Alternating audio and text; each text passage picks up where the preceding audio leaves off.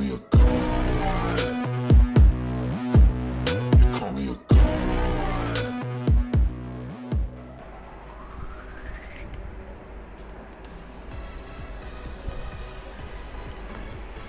আসলে আপনারা আমার সামনে একটা লোগো দেখতে পাচ্ছেন। এই লোগোটি হচ্ছে গিয়া জেপিজি একটা ফরম্যাট দেখতে পাচ্ছেন, অনেকটাই ঘোলা।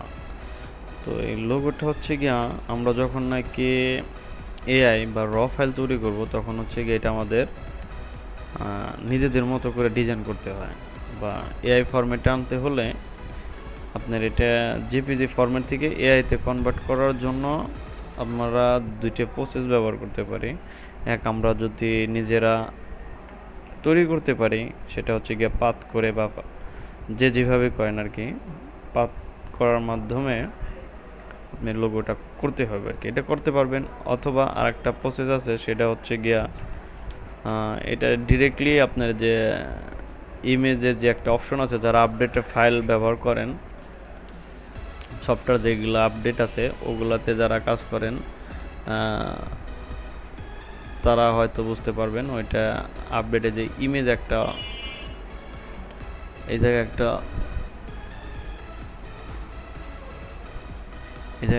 অপশন আছে ইমেজ ট্র্যাক, এটার ভিতরে আপনি যে হাই মোডে দিলে আপনার অনেক ক্ষেত্রে এটা কি কিছুটা শেপ নিয়ে নেয়।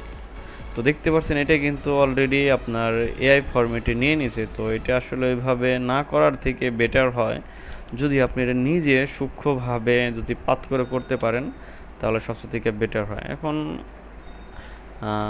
সেজন্য আর কি ওইভাবে অনেক ক্ষেত্রে অনেক ফন্ট হয়ে যায়, আবার হয় না।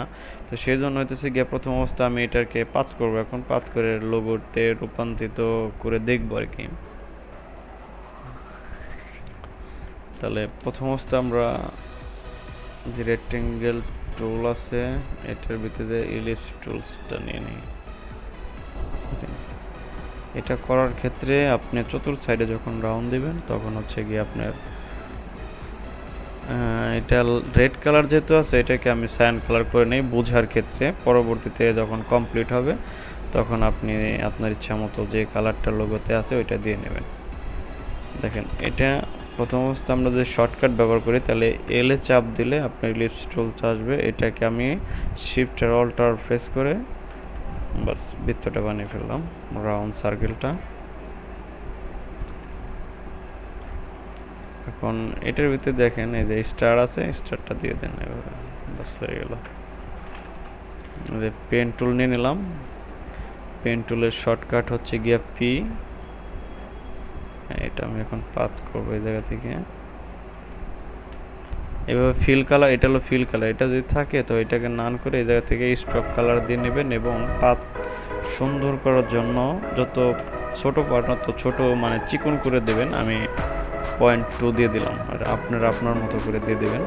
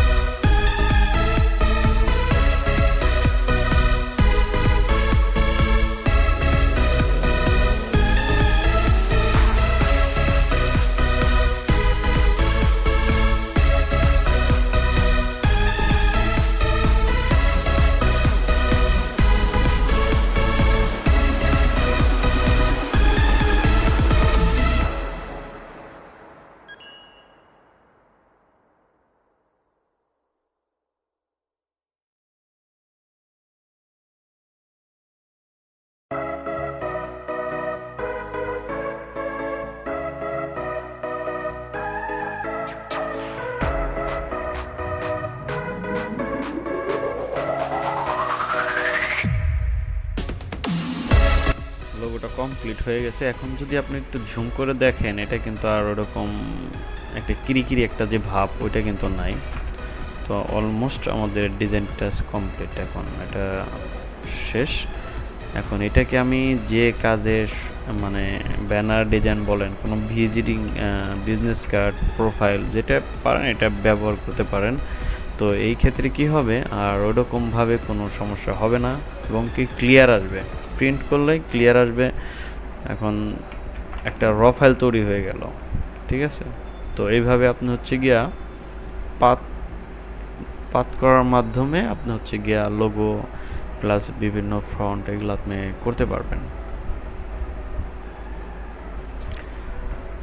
তো আজকে এই পর্যন্তই।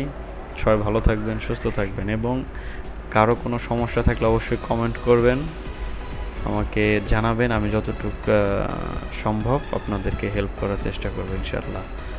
আর যারা একদমই নতুন কাজ শিখতে আগ্রহী, তাদেরকে অবশ্যই সবাই হেল্প করবেন, সবাই নিজ নিজ জায়গা থেকে সবাই হেল্প করবেন, যাতে সবাই ঘরে বসে কিছু কিছু কাজ করতে পারে এবং আর্নিংয়ের একটা ব্যবস্থা করতে পারে সবাই, ঠিক আছে। আশা করি কাজ শিখলে সবাই কিছু না কিছু করতে পারবে। হাতের কাজ জানা থাকলে অবশ্যই জব সব জায়গায় পাওয়া যাবে। তো ভালো লাগলে সবাই সবাইকে শেয়ার করে দেবেন, এটুকুই।